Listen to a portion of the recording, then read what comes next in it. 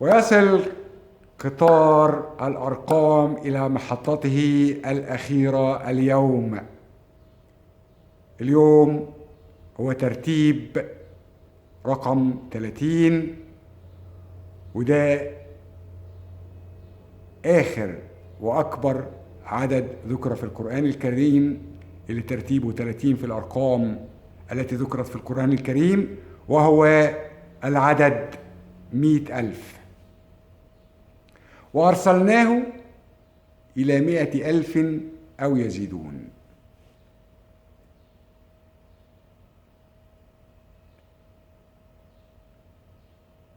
من هم 100,000؟ هم قوم سيدنا يونس عليه السلام. نوحد الله ونصلي على سيدنا الرسول صلى الله عليه وسلم. وقبل ما اتكلم عن حلقة النهاردة، احب بس اقول كلمتين صغيرين.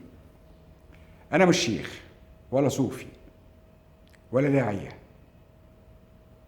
ولا قارئ كف ولا منجم. انا ديتا اناليتكس.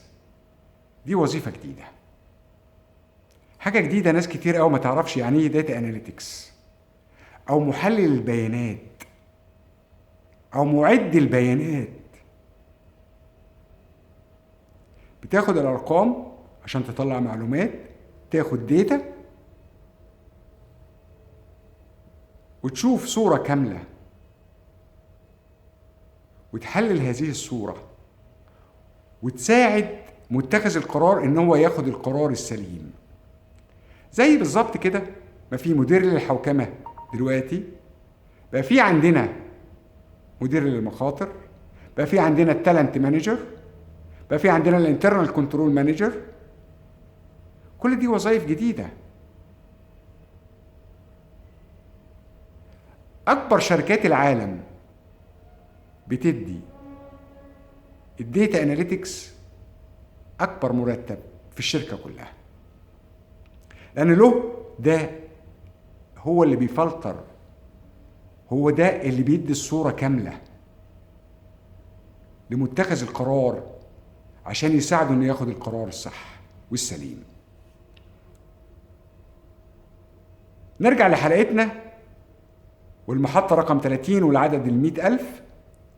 و30 زي ما ذكرنا قبل كده، ال30 هم ال30 جزء في القرآن الكريم، ال30 يوم في الشهر، ال30 رقم في القرآن الكريم، ال30 ضغطة صدرية اللي بنعملهم في الانعاش القلب الرئوي. ونيجي نشوف الجمال بقى لل37. ايه ال37؟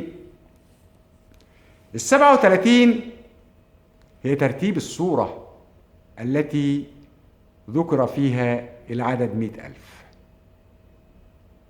هي سورة ايه؟ الصافات. ترتيبها 37 وعدد آياتها 182.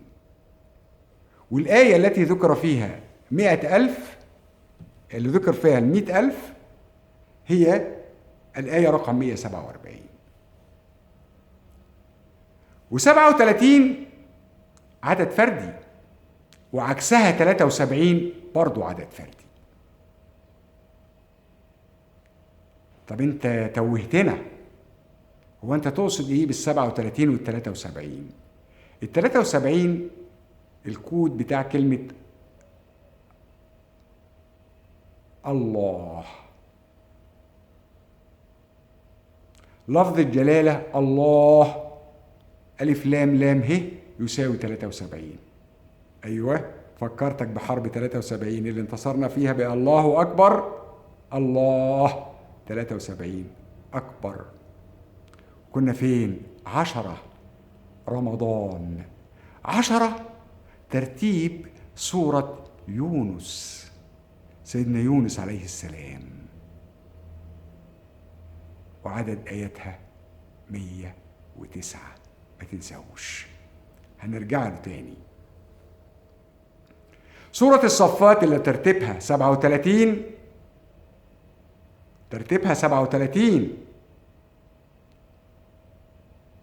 جاية ما بين صورتين، ياسين 36 وصاد 38، والاتنين الصورتين حروف مقطعة. طالما هي جت ما بين صورتين حروف مقطعة يبقى فيه سر فيها.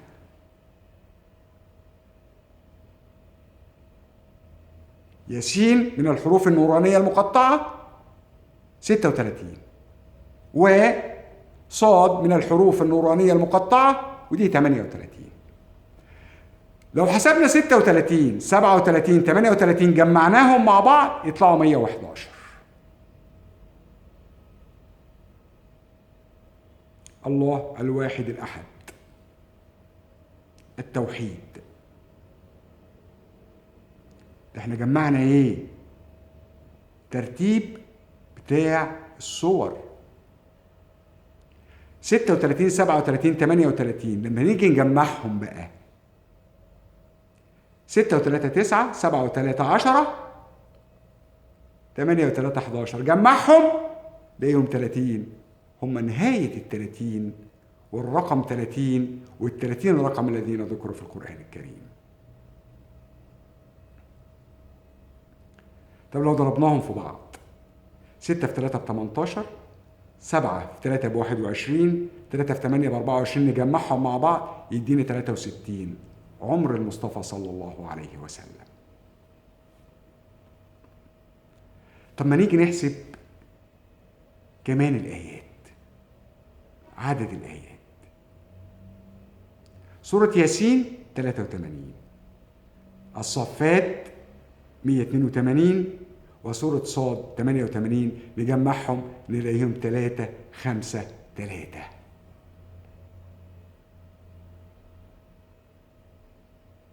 طب عدد كلمات سورة الصفات كام؟ 3 5 3 ده عدد فردي ما بيقبلش التفكيك، لا يفكك. عدد كلمات سورة الصفات 858. تقراها شمال تقراها يمين، زي 353 تقراها شمال تقراها يمين، هي العدد واحد. هتقراها شمال او هتقراها يمين. الناس بتقول لي ايه؟ هو يعني ايه بتقرا شمال وتقرا يمين؟ اما احنا بنكتب الانجليزي من الشمال لليمين، وبنكتب العربي من اليمين للشمال.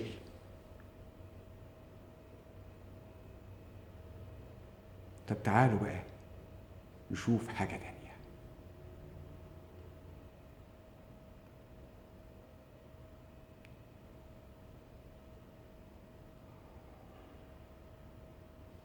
ياسين 36 والصفات 37، تيجي تجمعهم مع بعض تلاقيهم كام؟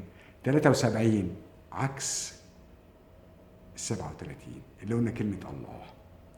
ولو جمعت ال37 مع ال38 تطلع 75 رمضان. ولو قلبت ال75 تبقى 57 تبقى قرآن.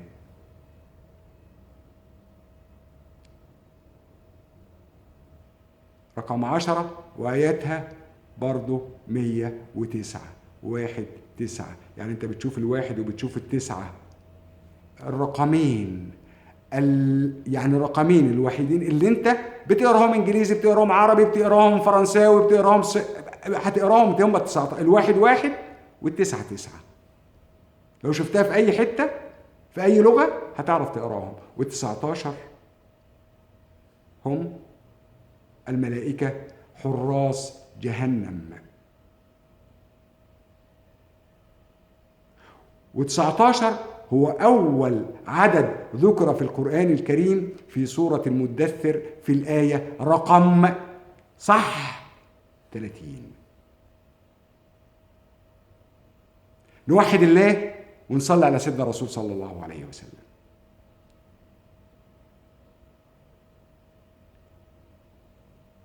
النهاردة المحطة الأخيرة في الأرقام، لكن أنا بوعدكم بحلقة تجميعية بإعجاز تاني. في الحلقة التجميعية للأرقام في القرآن الكريم 30 رقم اللي من 1 ل100,000 وهم ذكروا 283 مرة في القرآن الكريم بإعجاز عقلك مش هيتخيله. الإعجاز العلمي والرقمي والعددي للقرآن الكريم إثبات إن هم 30 رقم وإن هم 283 مرة، يعني كرروا 283 مرة، يعني الواحد لما كرر 145 مرة، واحد 145، الحياة كررت 145، الموت 145. يعني كده بنقول أن الله الذي بيده الحياة والموت، وأن الموت هو نهاية كل ما هو بشر على هذه الأرض، ولا باقي إلا الله، لأن الله حي لا يموت.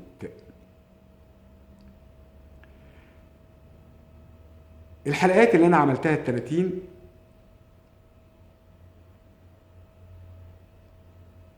أنا بوهبها صدقة جارية لوالدي رحمة الله عليه. أتمنى إن أنا أكون وصلت معلومة، وفدت الناس، حد استفاد من الكلام اللي أنا قلته. وبتمنى كمان إن أنتوا لو عجبتكم القناة تشترك فيها عشان توصل وتنتشر أكتر وأكتر، عشان نوصل المعلومات الدالة على الخير كفاعله، وتبقى صدقة جارية كمان ليا وليكم. لو عجبتك القناة اعمل اشتراك ولايك وشير في الخير، وألقاكم في الحلقة التجميعية إن شاء الله بإذن الله، وهتبقى حلقة مش هتنساها طول عمرك. عايز أقول لكم حاجة أخيرة. اسم من أسماء الله الحسنى 85 هو ذو الجلال والإكرام. ألقاكم على خير، والسلام عليكم ورحمة الله وبركاته.